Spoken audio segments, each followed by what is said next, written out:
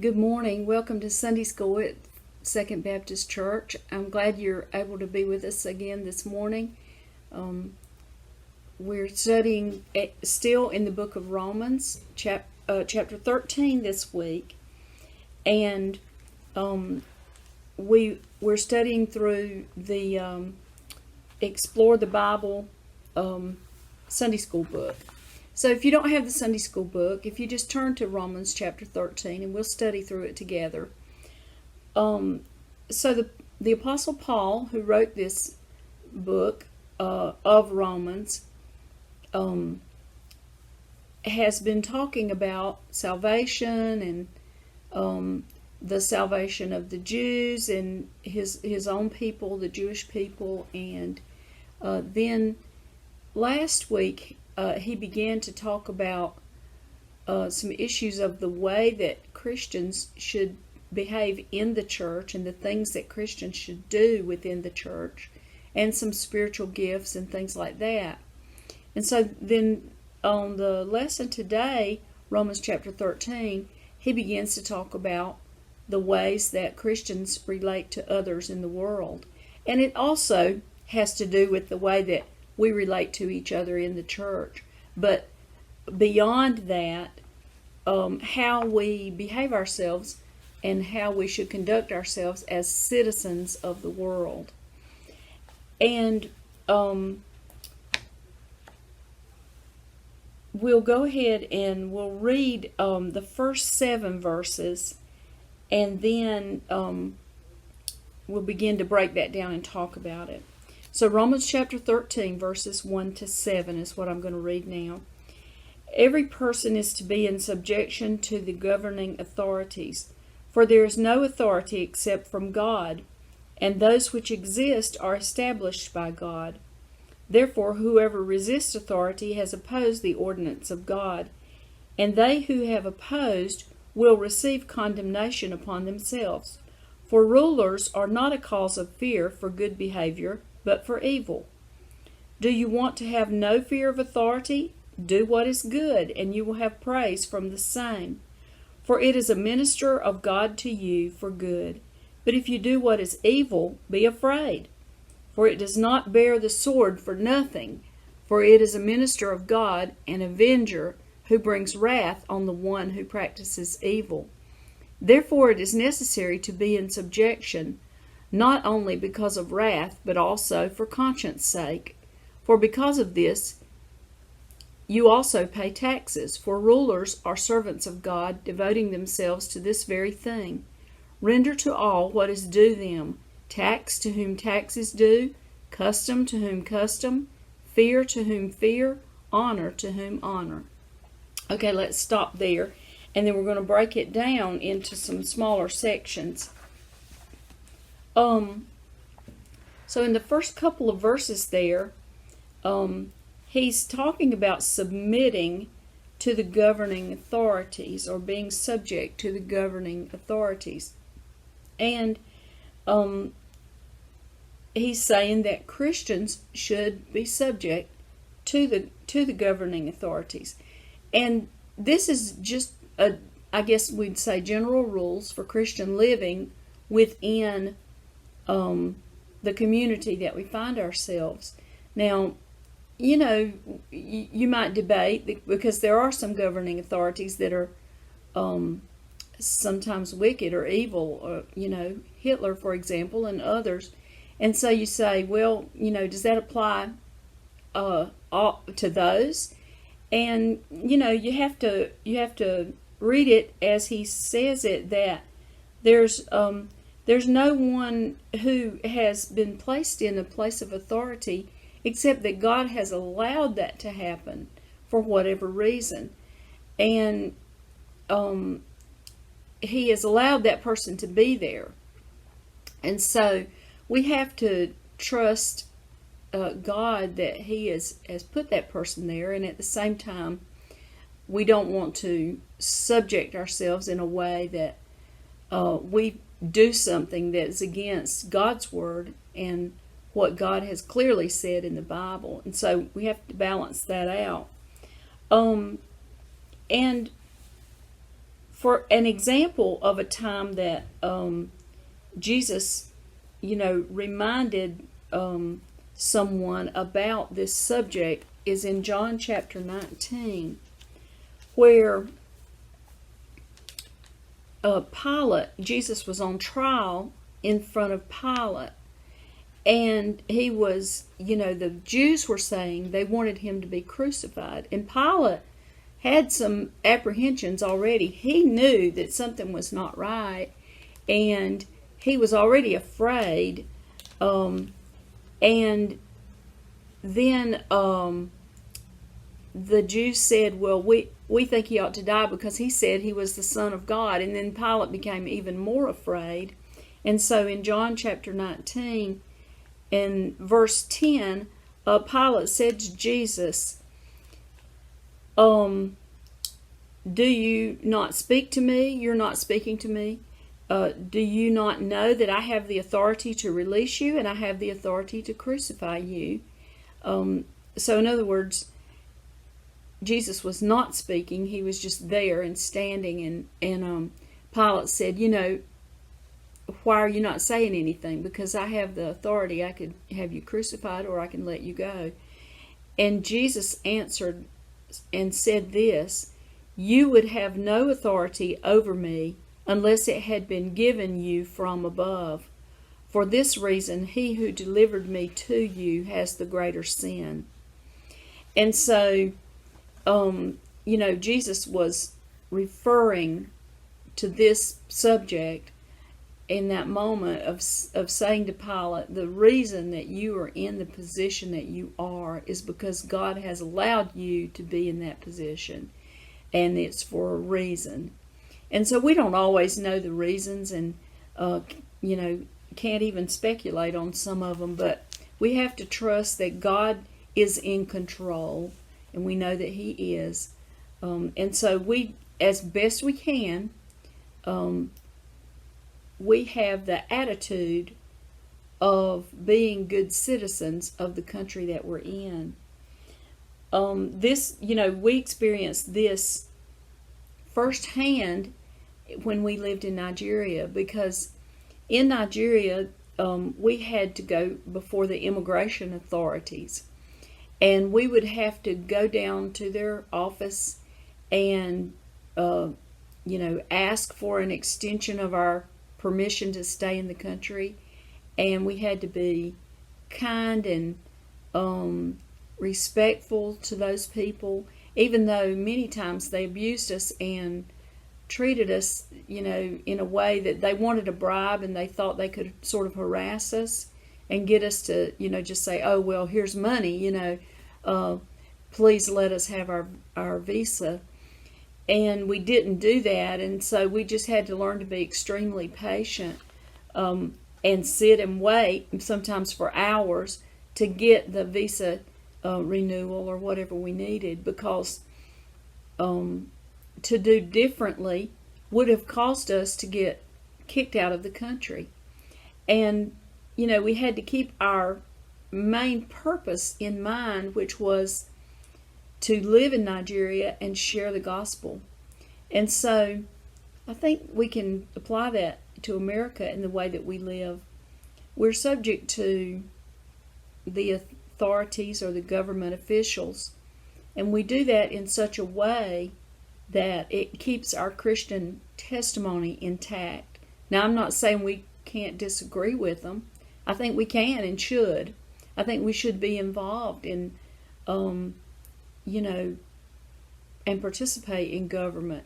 But the way that we do it can affect the way that we are viewed by others, and the strength of our Christian testimony can be affected by the way that we handle things with the governing authorities. And it's really important. And we see things happening these days that really show that, where people that may call themselves Christians, but then they begin to do very radical things because of anger, and they hurt their Christian testimony, and they hurt their image in front of those people who are not believers. And so we have to think of what is our ultimate goal in living here in America and in this society, what are we here for?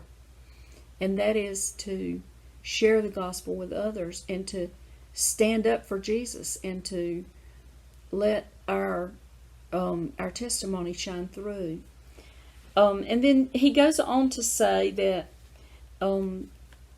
the leaders are not put in power to be a terror to good conduct, but to evil. But evil people should be afraid. And generally that's true. If you break the law, you can expect to suffer the consequences for doing that. And then more than that, he begins to talk about taxes. Now, taxes is a touchy subject, and I don't like taxes any more than anybody else. I think that government is too big, and I think they should keep their hands out of our pockets. But anyway, taxes do exist, and I do pay them. We pay them.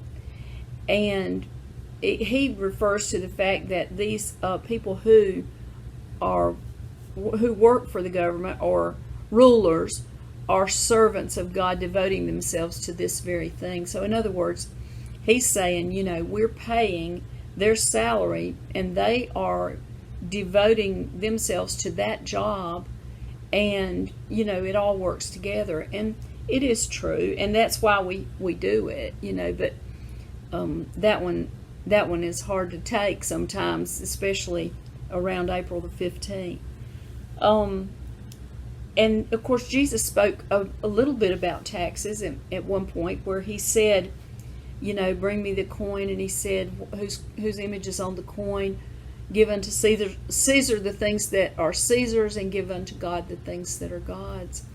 And so, it is important for us to be law-abiding citizens, so that our ultimate goal is accomplished of being able to share the gospel.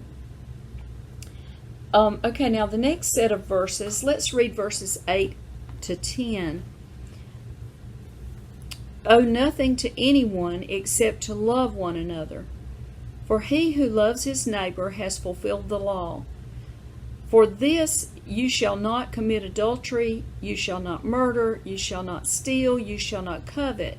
And if there's any other commandment, it is summed up in this saying, you shall love your neighbor as yourself.